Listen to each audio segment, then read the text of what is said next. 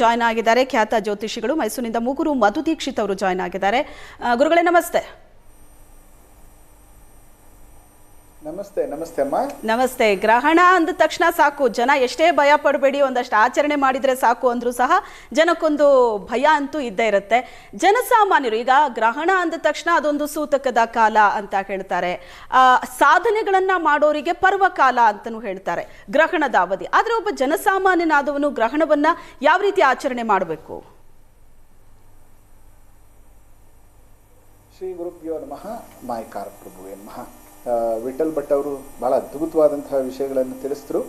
ಅದಕ್ಕೆ ಸ್ವಲ್ಪ ಕಂಟಿನ್ಯೂಟಿಯಾಗಿ ನಾ ಹೇಳೋದಾದ್ರೆ ನಿಮ್ಮ ಪ್ರಶ್ನೆಗೆ, ಸೂರ್ಯಗ್ರಹೇತು ದ್ವಾದಶಾಯಾಮಾಂ ಚಂದ್ರಗ್ರಹೇತು ನವಯಾಮಾಂ ಸೂತಕಂ ಸ್ಮೃತಂ ಅಂತ ಹೇಳಿದ್ದಾರೆ. ಅಂದರೆ ಸೂರ್ಯಗ್ರಹಣದಲ್ಲಿ ಸೂರ್ಯಗ್ರಹಣ ಸಂಭವಿಸುವ ಸಮಯದ ಮುಂದಿನ 12 ಗಂಟೆ, ಚಂದ್ರಗ್ರಹಣ ಸಂಭವಿಸುವ ಪೂರ್ವದ 9 ಗಂಟೆಗಳ ಕಾಲ ಸೂತಕದ ಸಮಯ ಅಂತ. ಆ ಸಮಯದಲ್ಲಿ ಆಹಾರವನ್ನು ತಯಾರು ಮಾಡುವಂಥದ್ದು, ಆಹಾರವನ್ನು ಸೇವನೆ ಮಾಡುವಂಥದ್ದು, ಹೊರಗಡೆ ಸ್ವಲ್ಪ ಓಡಾಡುವಂಥದ್ದನ್ನು ನಿಷಿದ್ಧ ಮಾಡಿ ಅನ್ನುವಂಥ ವಿಚಾರವನ್ನು ಶಾಸ್ತ್ರದಲ್ಲಿ ಸ್ಪಷ್ಟವಾಗಿ ಹೇಳಿದ್ದಾರೆ.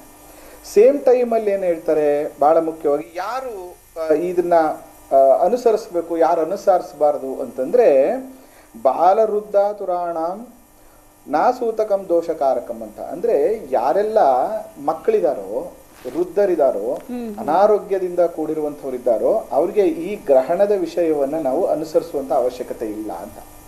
ಜೊತೆಗೆ ಈ ಬಾರಿಯ ಚಂದ್ರಗ್ರಹಣದ ವಿಶೇಷ ಏನಂದ್ರೆ, ಸಾಮಾನ್ಯವಾಗಿ ಚಂದ್ರಗ್ರಹಣ ಯಾವಾಗ ಸಂಭವಿಸುತ್ತೆ ಅಂದ್ರೆ ರಾತ್ರಿ ಸಮಯದಲ್ಲಿ ಗ್ರಹಣ ಸಂಭವಿಸುವಂಥದ್ದನ್ನ ನಾವು ತುಂಬಾ ಸಾಮಾನ್ಯವಾಗಿ ನೋಡ್ಕೊಂಡು ಬರ್ತೀವಿ.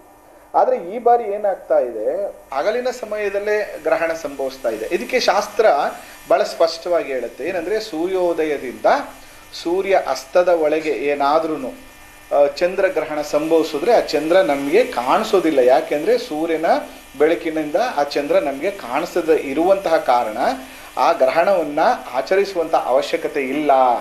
ರಾತ್ರಿಯ ಸಮಯದಲ್ಲಿ ಅಂದ್ರೆ ಸೂರ್ಯಾಸ್ತದ ನಂತರ ಏನಾದ್ರೂ ಸೂರ್ಯಗ್ರಹಣ ಸಂಭವಿಸಿದ್ರೆ ಅದರ ಆಚರಣೆ ಇಲ್ಲ ಅಂತ ಹೇಳಿದ್ದಾರೆ. ಆದ್ರೆ ಈ ಬಾರಿ ಏನಾಗಿದೆ ಅಂತಂದ್ರೆ, ಕೊನೆಯ 6:48 ಏನು ಮುಗಿಯುತ್ತೆ. ಎಕ್ಸಾಂಪಲ್ ಈಗ ಮೈಸೂರು ಅಂತ ಬಂದ್ರೆ 6:32 ಚಂದ್ರೋದಯ ಆಗುತ್ತೆ, 6:48 ಚಂದ್ರಗ್ರಹಣ ಮುಕ್ತಾಯ ಆಗ್ತಾ ಇದೆ. ಅದರಿಂದ ನಮಗೆ ಕೊನೆಯ 16 ನಿಮಿಷಗಳ ಕಾಲ ಚಂದ್ರಗ್ರಹಣ ಗೋಚರಿಸ್ತಾ ಇರೋದ್ರಿಂದ ಅಲ್ಪ ಸಮಯವಾದರೂ ಗ್ರಹಣ ಸಂಭವಿಸಿದ್ರೆ ಅದನ್ನ ಆಚರಣೆ ಮಾಡಬಹುದು ಅನ್ನುವಂಥ ವಿಚಾರವನ್ನ ಹೇಳಿದ್ದಾರೆ. ಅದರಿಂದ ಇಲ್ಲಿ 9 ಗಂಟೆಗಳ ಕಾಲದ ಸೂತಕದ ಅಪ್ಲೈ ಆಗೋದಿಲ್ಲ ಇಲ್ಲಿ.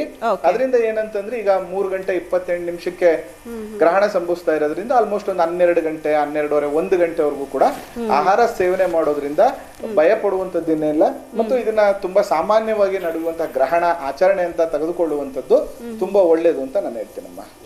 ಎಸ್ ಗುರುಗಳೇ, ಮತ್ತೆ ಮಾತಾಡಿಸ್ತೀನಿ ನಾನು. ಇನ್ನು ಗ್ರಹಣ ಅಂದ ತಕ್ಷಣ ನಾವು 2 ಆಂಗಲ್ ಅಲ್ಲಿ ಗ್ರಹಣ ನೋಡ್ತೀವಿ. ಒಂದು ಜ್ಯೋತಿಷ್ಯ ಆಂಗಲ್ ಅಲ್ಲಿ, ಮತ್ತೊಂದು ವೈಜ್ಞಾನಿಕವಾಗಿ. 2 ಆಂಗಲ್ ನಲ್ಲೂ ಕೂಡ ಈ ಗ್ರಹಣವನ್ನ ನೋಡೋರಿದ್ದಾರೆ. ಇನ್ನು ವೈಜ್ಞಾನಿಕವಾಗಿ ಗ್ರಹಣ ಅಂತ ನೋಡ್ತಾ ಹೋದ್ರೆ ಆಗಸದಲ್ಲಿ ನಡೆಯುವಂತಹ ಒಂದು ಖಗೋಳ ಕೌತುಕ ಇದು. ಹಾಗಾಗಿ ಇದರ ಬಗ್ಗೆ ನೆಹರು ತಾರಾಲಯದ ನಿರ್ದೇಶಕರಾದಂತಹ ಗುರುಪ್ರಸಾದ್ ಅವರು ಮಾತಾಡಿದ್ದಾರೆ. ಬನ್ನಿ ನೋಡೋಣ. ಭೂಮಿಯ ದಟ್ಟವಾದ ಛಾಯೆ ಒಳಗೆ ಸರಿಯೋದಕ್ಕೆ ಪ್ರಾರಂಭ ಆಗುತ್ತೆ.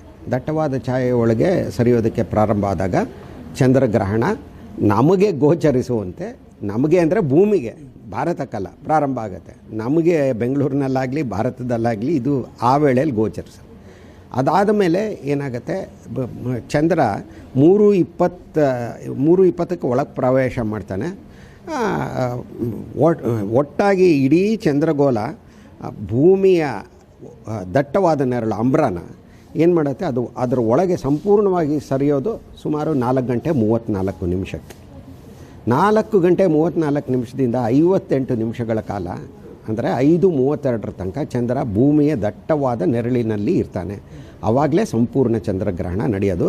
ಚಂದ್ರ ರಕ್ತವರ್ಣದ್ದಾಗಿ, ಅಂದರೆ ವರ್ಣರಂಜಿತವಾಗಿ, ಬ್ಲಡ್ ಮೂನ್ ಅಂತ ಹೇಳ್ತಾರಲ್ಲ, ಆ ರೀತಿ ಕಿತ್ತಲೆ ಬಣ್ಣದಾಗಿ ಕಾಣಿಸ್ತಾನೆ ಅನ್ಬೋದು. ನಮಗೆ ಕಾಣದೇ ಇರ್ಬೋದು ಭಾರತದಲ್ಲಿ. ಅಂದರೆ ಪ್ರಾರಂಭ ಆಗೋದೆಲ್ಲ ನಮಗೆ ಗೊತ್ತೇ ಆಗಲ್ಲ. ಭೂಮಿಯ ಬೇರೆ ಭಾಗಗಳಿಗೆ, ಅಂದರೆ ಉತ್ತರ ಅಮೇರಿಕಾದ ಪಶ್ಚಿಮ ಭಾಗಕ್ಕೆ, ಅಲ್ಲಿಂದ ಪೆಸಿಫಿಕ್ ದ್ವೀಪಗಳಿಗೆ, ಆಸ್ಟ್ರೇಲಿಯಾ ಅಂತ ಕಡೆ, ಆಮೇಲೆ ಪೂರ್ವ ಏಷ್ಯಾಗೆ, ಅಲ್ಲಿಗೆಲ್ಲ ಕಾಣಿಸುತ್ತೆ. ಆದರೆ ಇವತ್ತು ಜಗತ್ತಿನಾದ್ಯಂತ ಅನೇಕ ವೆಬ್ಸೈಟ್ಗಳು ನಾಸಾ ಆಗಲಿ ಅಥವಾ ಬೇರೆ ಯಾವುದೇ space.com ಇಂಥದ್ದು ಏನು ಮಾಡ್ತಾಯಿದೆ ಅಂದರೆ ಅವು ಏನು ಕಾಣ್ತಾ ಇದೆಯೋ ಆ ದೃಶ್ಯಗಳನ್ನು ಇಂಟರ್ನೆಟ್ನ ಮೂಲಕ ಬಿತ್ತರಿಸುತ್ತವೆ, ಲೈವ್ ಸ್ಟ್ರೀಮ್ ಮಾಡುತ್ತೆ. ಅದನ್ನು ನಾವು ಪ್ರೊಜೆಕ್ಟ್ ಮಾಡೋಣ, ಬಿಂಬಿಸೋಣ ಒಂದು ದೊಡ್ಡ ಪರದೆಯ ಮೇಲೆ ಅಂತ ಅಂದ್ಕೊಂಡಿದ್ದೀವಿ. ಅದನ್ನು ಬಿಂಬಿಸ್ತೀವಿ. ಆಮೇಲೆ ಇದ್ರ ಬಗ್ಗೆ ತಿಳುವಳಿಕೆ ನೀಡೋದಕ್ಕೆ ಒಂದು ಸಚಿತ್ರವಾದ ಒಂದು ಕಿರು ಉಪನ್ಯಾಸನ ನೀಡ್ತಾ ಇದ್ದೀನಿ ನಾನು. ಇದಿಷ್ಟು ನಾವು ಮಾಡ್ಕೊಂಡಿರೋದು ನಮ್ಮ ಜವಾಹರ್ಲಾಲ್ ನೆಹರು ತಾರಾಲಯದಲ್ಲಿ. ಇದನ್ನು ಮಾಡ್ಕೊಳ್ಳೋದಕ್ಕೆ ನಮ್ಮ CV ವಿಶ್ವೇಶ್ವರ ಸಭಾಂಗಣದಲ್ಲಿ ಮಾಡ್ಕೊಳ್ಳೋದಕ್ಕೆ ನಾವು ತಯಾರಿ ಮಾಡ್ಕೋತೇವೆ.